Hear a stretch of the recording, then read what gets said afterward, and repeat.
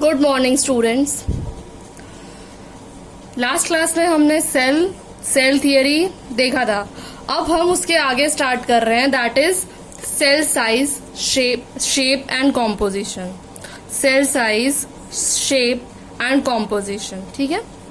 Cell size, cells की size कितनी होती है? सेल्स बहुत छोटे होते हैं, बहुत छोटे। कि cells are measured in micrometres. Cells का मेजरमेंट किसमें होता है? Cells are measured in micrometre. Micrometre इसीलिए ऑल्सो कॉल्ड एज माइक्रॉन्स, ठीक है। स्मॉलेस्ट सेल, ये आपको याद रखना है कि स्मॉलेस्ट सेल कौन सा है। तो smallest cell is mycoplasma cell. Mycoplasma, उसका साइज कितना है? 0.1 माइक्रॉन इन डायमीटर।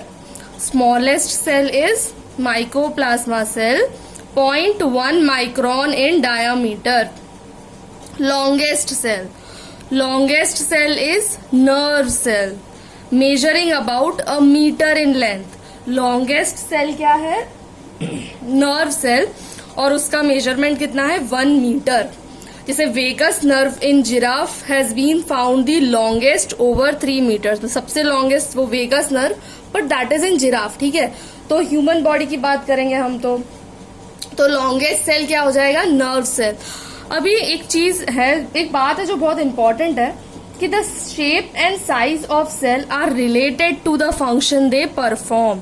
मतलब सेल्स का जो साइज और शेप होता है, size and shape, size and shape of cell is related to the function they perform, is related to the function they perform. इस लाइन का मतलब बहुत इंपॉर्टेंट है। इसका मतलब ये होता है कि सेल्स की जो साइज और शेप होती है वो उनके फंक्शन में हेल्प करती है। जैसे कि हमने देखा लॉन्गेस्ट सेल है नर्व सेल। तो नर्व सेल के लॉन्ग होने से फायदा क्या है? तो नर्व सेल कहाँ पर है? ब्रेन में। उनका काम क्या होता है? पेरिफेरल नर्वस सिस्टम में। पेरिफेरल नर्वस सिस्टम का काम क्या होता है? To bring messages from peripheries. तो अगर साइज बड़ा होगा तो faster transmission of nerve impulse होगा, विद इन सेकेंड्स होगा, राइट। तो to ensure faster transmission of nerve impulse, nerve cells are the longest cell, ठीक है। तो ये सब समझते हो कि the size of cell is related to the function they perform. समझ आई ये बात? ठीक है। चलो अब largest cell. Largest cell is ostrich egg. उसका मेजरमेंट है 170 by 135 mm, ठीक है। Now cell shape. सेल्स के शेप कैसे होते हैं? The cell shape is often determined by the function they perform, ठीक है। यूनिसेल्यूलर के शेप कैसे होते हैं? जैसे amoeba is irregular in shape. Amoeba का कोई डेफिनेट शेप नहीं होता, टोटली इर्रेगुलर होता है, ठीक है। क्लैमिडोमोनास जो है इट इज ओवल या राउंडेड इन शेप।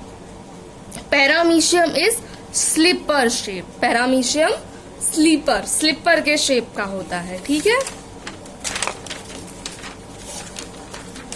ये तो देखा हमने यूनिसेल्यूलर ऑर्गेनिजम्स में, राइट।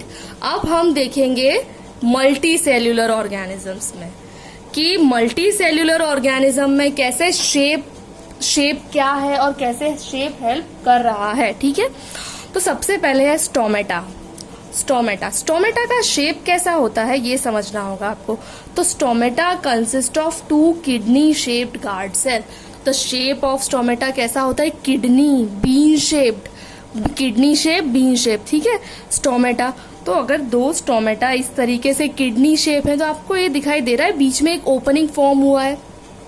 बीच में ओपनिंग, अगर ये किडनी शेप के नहीं होते तो क्या ये ओपनिंग फॉर्म होता? नहीं होता, ठीक है। These are guard cells. अब एक चीज देखो, स्टोमेटा कहाँ पर प्रेजेंट होते हैं? लीफ में। Stomata are present in leaf. Leaf होगा, लीफ के ऊपर स्टोमेटा होगा। और अगर ये इस तरीके से ओपनिंग है तो air can easily diffuse in the leaf, है ना। एयर का डिफ्यूजन इजी हो जाएगा इस ओपनिंग की वजह से, ठीक है। तो हमें समझ आ रहा है कि शेप कितना इंपॉर्टेंट है, ठीक है। चलो The dividing meristematic cells are isodiametric in shape. Isodiametric का मतलब उसका जो डायामीटर होगा वो सेल के दोनों साइड पर सेम होगा. ठीक है, चलो अब xylem and phloem elements are elongated tubular structure. Xylem and phloem are elongated.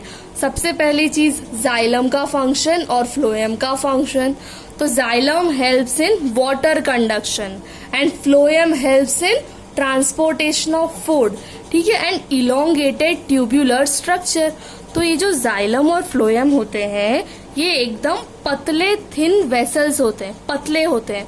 अब पतले होने की वजह से कोई भी चीज अगर बहुत ज्यादा पतली है तो उसमें प्रेशर क्रिएट होगा और उससे फास्टर ट्रांसमिशन होगा. राइट, तो दिखा समझ आ रही है बात कि why they are elongated tubular. एकदम पतले ट्यूब जैसे ट्यूब लाइक वेसल्स होते हैं जिससे जो वाटर और फूड ट्रांसपोर्ट है वो ज्यादा फास्ट हो सके.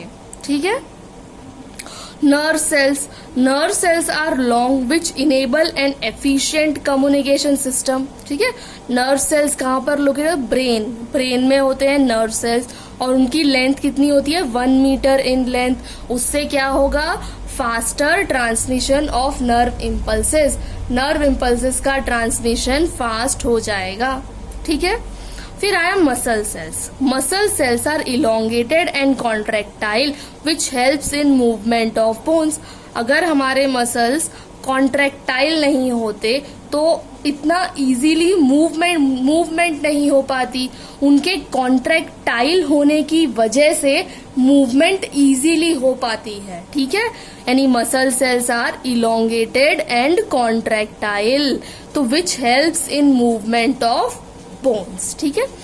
अब red blood cells RBCs. Red blood cells are thin and oval shape so that they can easily move through small spaces and permit gaseous exchange. देखिए, जो रेड ब्लड सेल्स होते हैं वो बाइकॉन्केव शेप के होते हैं और थिन ओवल शेप. और उनका मेन फंक्शन क्या होता है? तो RBCs कैरी ऑक्सीजन ट्रांसपोर्ट.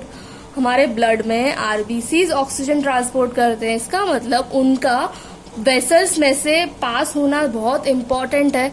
तो जो थिन वेसल्स होंगे, जो थिन वेसल्स होंगे, अगर वेसल्स थिन भी हैं तो भी उनका बाइकॉन्केव शेप और ओवल शेप होने की वजह से वो इजीली पास हो सकेंगे. पतले से पतले वेसल में से भी वो इजीली पास हो सकेंगे. ठीक है, इसका मतलब RBCs thin and oval shape. आप रिलेट कर पा रहे हैं shape of cell and its function. How the shape of cell helps to perform its function efficient. ठीक है, आप रिलेट कर पा रहे हैं ना?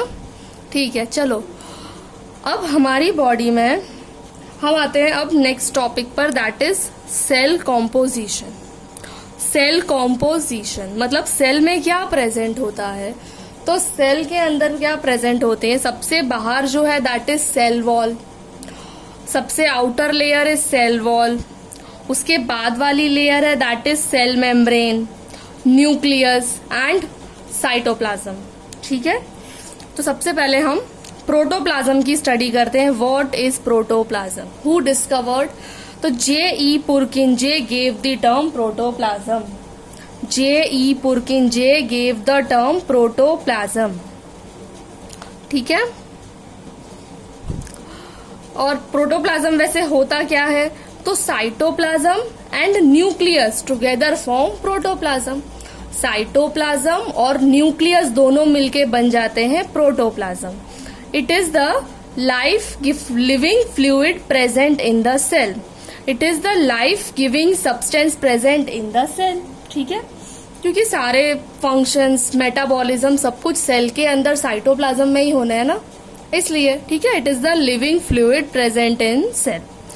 अब इसका कॉम्पोजिशन प्रोटोप्लाज्म में क्या है? तो protoplasm consist of about 75% water, 10 to 15% carbohydrates, 2 to 10% protein, 1 to 10% fats, 1% minerals. Nucleic acids are also present. What are nucleic acids? Nucleic acids are of two types, that is DNA and RNA, deoxyribonucleic acid and ribonucleic acid. ठीक है, ये याद रखिएगा। Protoplasm क्या है? Cytoplasm and nucleus together form protoplasm, living fluid substance present in the cell.